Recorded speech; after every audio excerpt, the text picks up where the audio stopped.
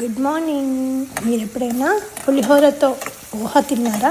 అంటే రైస్తో కాకుండా పోహాతోటి ట్రై చేయండి, చాలా బాగుంటుంది. హెల్తీ ఫుడ్ కూడా.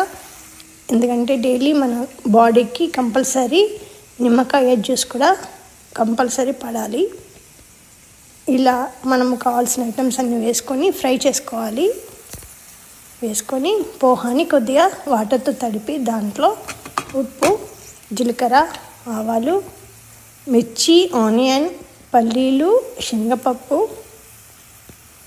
అండ్ గార్లిక్ కూడా కంపల్సరీ వేసుకోవాలి.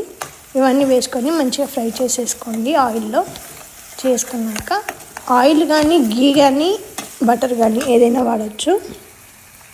ఇవన్నీ వేసుకున్నాక పసుపు వేసేసి కొద్దిగా కలిపేసేసి దాంట్లో మనము తడిపిన పోహా ఏదైతే ఉంటుందో థిక్ పోహా అది వేసేసుకొని కలిపేసుకోవాలి.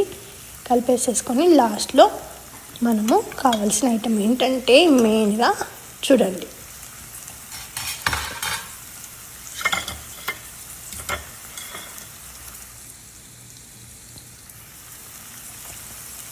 ఈ పోహాని దాంట్లో వేసేసుకొని కలిపేసుకోండి.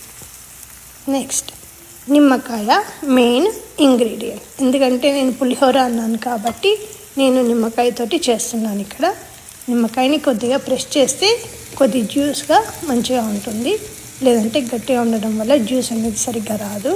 ఇది మంచి టిప్. దీన్ని కట్ చేసేసుకొని మనము కొద్దిగా కావాల్సిన పులుపుతో మీరు యూజ్ చేసుకోవచ్చు. దీన్ని సర్వింగ్ బౌల్లో పెట్టేసుకొని మీరు బ్రేక్ఫాస్ట్గా కానీ డిన్నర్గా కానీ మంచి ఫుడ్ అండి. వేడివేడిగా ఈ వింటర్ సీజన్లో తింటే ఆరోగ్యానికి ఆరోగ్యం, ఫుడ్కి ఫుడ్, మంచి హోమ్ మేడ్ ఫుడ్. ఇది మీకు నచ్చితే లైక్ చేయండి. Thank you.